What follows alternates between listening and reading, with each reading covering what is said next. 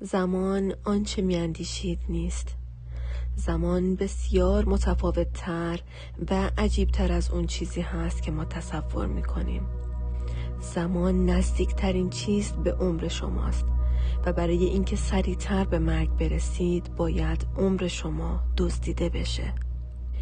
اگه روزها، ماه‌ها و سالها داره برات مثل برق و باد میگذره و برات جای سواله که چرا، تو این ویدیو با من همراه شو تا این راز برای همیشه برات برملا بشه. طبق نظریه نسبیت انیشتین، گذشت زمان در قلمرو جهان مادی یک امر نسبیه و در واقع زمان یک توهمه. ساعت تنها یک اسباب بازیه که برای اندازه‌گیری زمان ساخته شده. وقتی چیزی توهمی باشه قابل اندازه‌گیری نیست. شاید بشه گفت اصل ساعت شنیه که داری میبینی میریزه پایین و تموم میشه.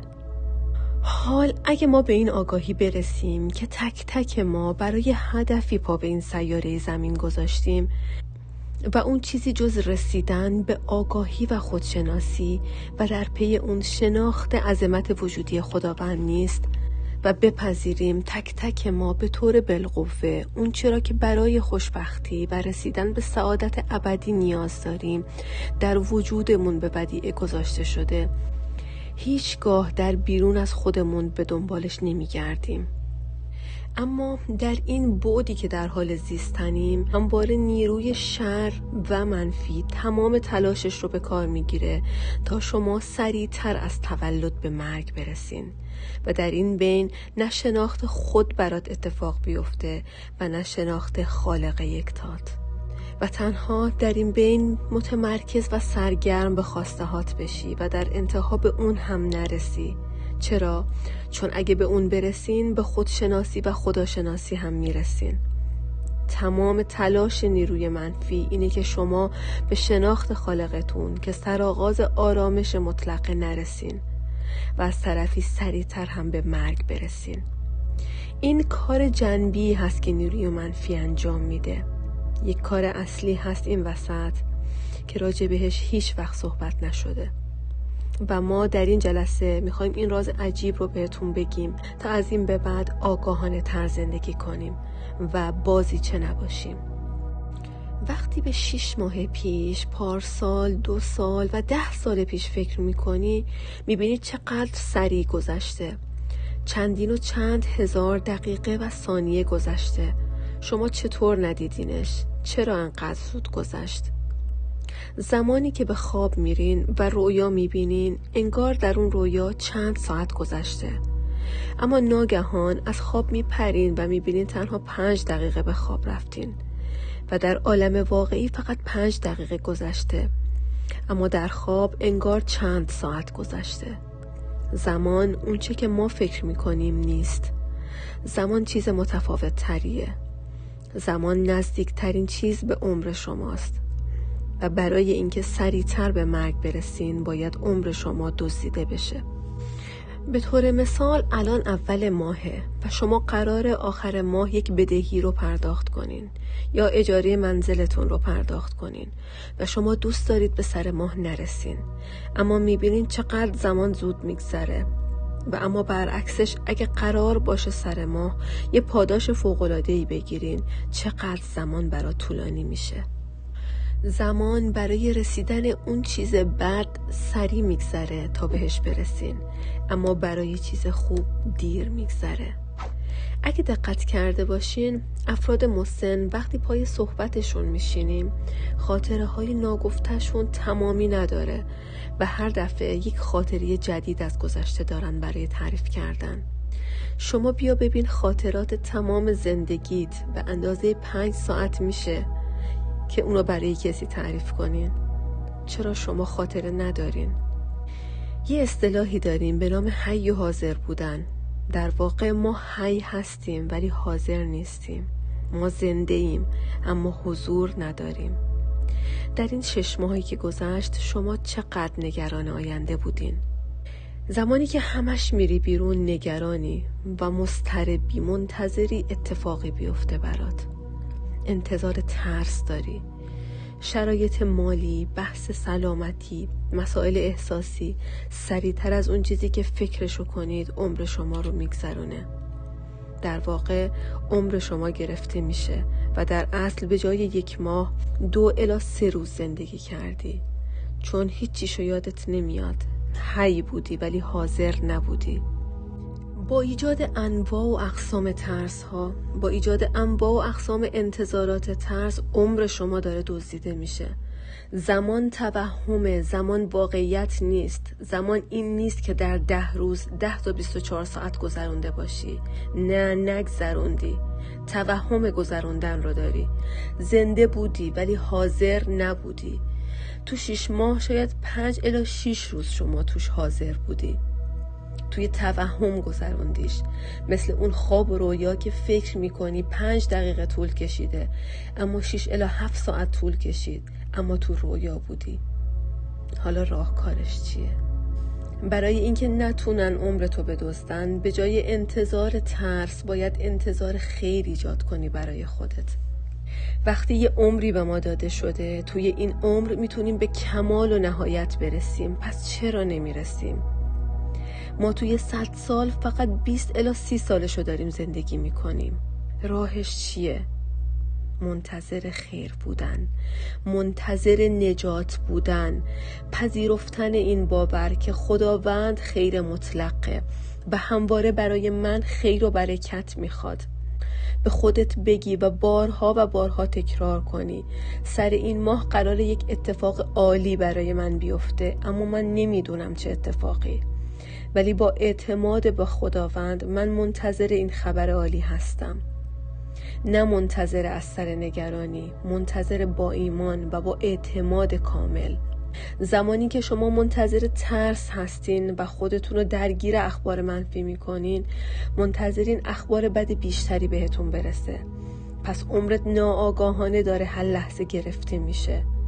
شما در تله توهم زمان افتادین. شما فکر میکنی 24 ساعت زندگی کردی. مثلا ماه گذشته شما چه کار کردین؟ هرچی فکر میکنی یادت نمیاد. فکر میکنی زنده بودی. ترس چه زمانیه؟ وقتی اعتماد به خداوند نباشه. حتما شنیدین که ترس برادر مرگه. چرا؟ چون عمر رو میگیره. زمان چون یک توهمه، برای هر کسی به یک شکل میگذره. با ترس 6 ساعت میگذره و بدون ترس و با ایمان 24 ساعت میگذره. با انتظار ترس و انتظار نگرانی عمرتون سریع میگذره. پس با ایمان و باورهای الهی منتظر اتفاقات خوب باشین. شما اگه در تله منفی ها نیفتین، در 50 سال به اندازه 100 سال عمر میکنین. در واقع عمرتون با برکت میشه. یکی از بهترین چیزها کلیدواژه انتظاره. منتظر اومدن حال خوب باش، منتظر نجات باش، یعنی نترس. راه دیگه‌اش خالصانه کمک کردن به دیگرانه. فکر کنین دچار مشکل مالی شدین و من مسئله مالی شما رو حل میکنم و از انتظار ترس خارجتون میکنم و انتظار خوب ایجاد میشه براتون و زمان کند میگذره واسط. اینجا قانون کارما دست به کار میشه. شما باعث طولانی شدن عمر یکی شدین و کارماش برمیگرده به زندگیت و باعث طولانی شدن عمرت میشه و زندگیت با برکت میشه. کدهایی که در حرف قدیمی ها و دین بوده رو شرطی شدیم نسبت بهش و روی گردان شدیم ازشون تا راحت تر به مرگ برسیم و به درک خدا و خودشناسی و خداشناسی نرسیم. راهکار معجزه آسای بعدی شکرگزاریه. وقتی شما درونی و با درک و پذیرش شکرگزاری میکنین، یعنی من به باطن خدایی ایمان دارم و میدونم درست میشه و انتظار خوب دارم، این عمرتو طولانی میکنه. شکرگزاری باعث طولانی شدن عمر شما میشه. دوست من، دروغ عمرتو کوتاه میکنه. وقتی به یه نفر دروغ میگی، ذهن طرفو منحرف میکنی و اون انحراف اون رو وارد مسائل منفی میکنه و عمرش گرفته میشه و طبق قانون کارما عمر شما هم گرفته میشه.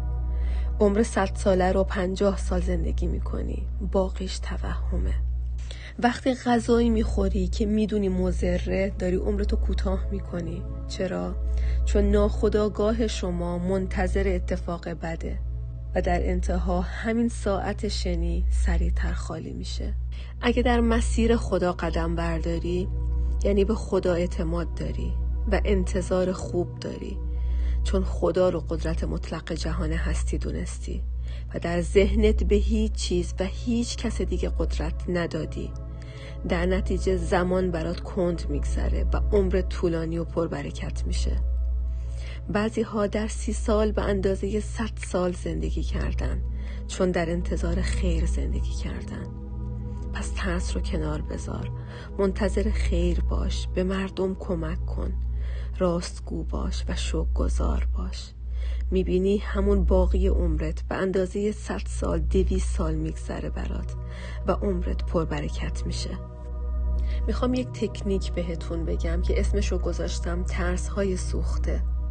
شما علاوه بر انجام تمام نکاتی که در این ویدیو گفته شد، این تکنیک روانشناسی قوی رو برای از بین بردن ترس هاتون به کار میگیرین.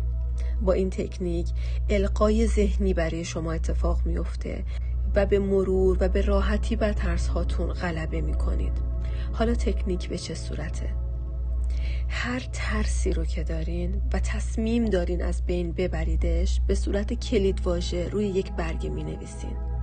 جمله نمی نویسین، چون وقتی جمله می نویسین ذهنتون روی نشدن اون تمرکز میکنه. اینجا همون لحظه‌ایه که باید تمام جسارت و قدرتت رو به کار بگیری و باور داشته باشی تو همون آدمی هستی که از روح خدا در تو دمیده شده و بدون شک و با اعتماد به خداوند میتونی بر تک تک ترسات غلبه کنی. بعد از اینکه اون کلیدواژه ها رو نوشتی، برگه رو در دستت مچاله میکنی و اونو پاره میکنی و میسوزونیش و میشینی و سوختنش رو تماشا میکنی و در همون حال با تمام قلبت میگی من به خدا اعتماد دارم، من به خدا اعتماد دارم، من به خدا اعتماد دارم.